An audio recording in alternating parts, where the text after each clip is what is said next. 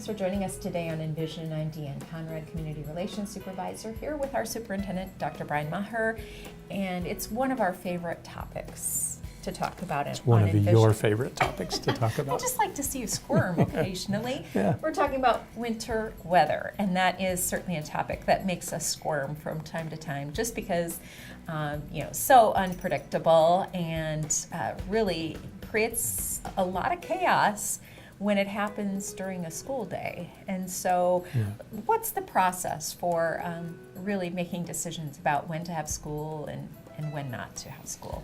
We start always looking at the long-term view. What's it going to look like? The next 5 days, what do those 5 days look like? So that you can really begin to narrow your focus as fronts move in and move out and so forth. So that's part of the process. When we actually get an event, then we're really relying on data, the same data that virtually everybody is. Mm-hmm. And what is that? Not the Farmer's Almanac? Not the Farmer's Almanac. Although I do review that. And what I look at there really is good help from the National Weather Service. Mm-hmm. Todd Heitkamp and his folks do a marvelous job.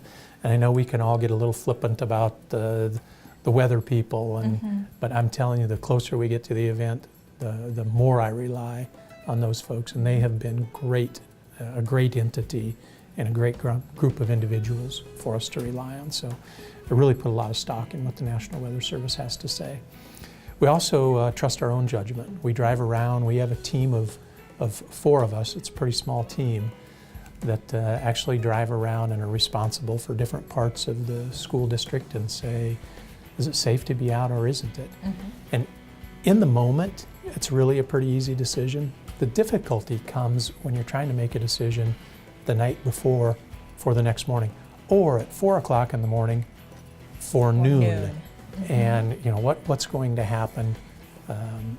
We talk to the city officials to talk about their progress on opening up roads. Mm-hmm. We talk about how much the volume of snow certainly matters, and we talk about the wind and the temperature.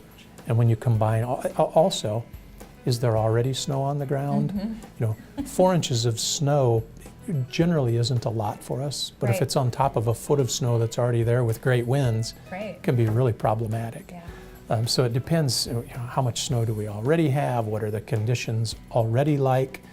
What does the wind do? What's the volume of snow, et cetera, et cetera. Yeah, so all of I get those people things. that ask me from time to time if we're expecting, a foot of snow. Oh, I bet you won't sleep. Oh, I'll sleep like a baby. The more, the better. That's an easy call. Decisions. It's the 4 to 8 inches wind, no wind. Right. Those are the really tough calls. Right, and realizing, with 24,000 students and then 3,500 to 4,000 employees, that's a lot of movement in a city as well. And if you're a parent who is planning to go to work and you have a first grader who all of a sudden is, school gets called off, making arrangements. I mean, there's so much to consider, but it really does all come down to student safety. And if we can have school safely, we will. Yeah. And if we can't, we won't. And that really comes down, that's what bottom line is. Yeah, that's exactly it. We make the call, and it's my call, even though I have other folks involved. I tell people I get the credit or the blame, and I haven't got any credit yet. So, okay. But I do get the blame. But I understand the emotion that's behind that, and the desire to have your own children be safe. I share that same desire, but I don't want any parent to ever give me the authority for the safety of their children. If you can't safely get your child to school, then by all means keep them home, without a doubt. And I don't mean that to be a cop-out on our part, because I still want to make the best decision we can make for every student in our district. Yeah. So somebody asked me one time, well, so if it's okay for 99% of our kids, do you have school? And I never put a number on it like that, because if I think 1% of our kids wouldn't be safe, I wouldn't have school. Right. It's a really, really tough call. So can you make it to school safely? with a little more time and a little more planning and just planning, can you get there patience. safely, then we'll have school. If the answer is no, then we won't do that. Early in my superintendent's career, I really tried to put myself in the role of the parent saying, I've got my own kids, is it okay for Yep. them to go to school today? Sure. Now I'm almost to the point where my grandkids are in school, so I really try to think of them Yeah. and is it okay for them to go to school today? And that's also part of what drives the decision, is that human emotion that goes with that whole safety concern. And realizing when a decision is made, sometimes weather systems move more quickly or more slowly, and so you look outside and you don't have school and the sun is shining and you think, oh, why didn't we have school today?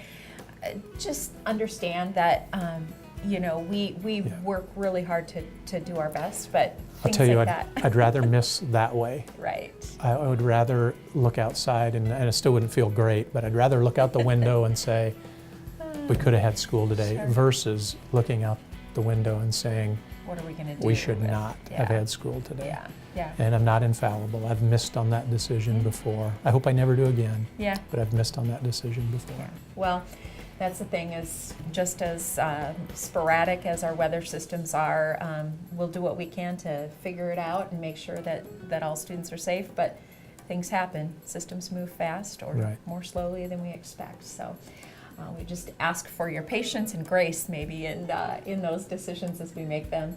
And we'll continue to keep you informed through our Parent Link system, our phone calling system, the website, and all other channels of communication to keep you posted on this winter weather season. Thanks for joining us.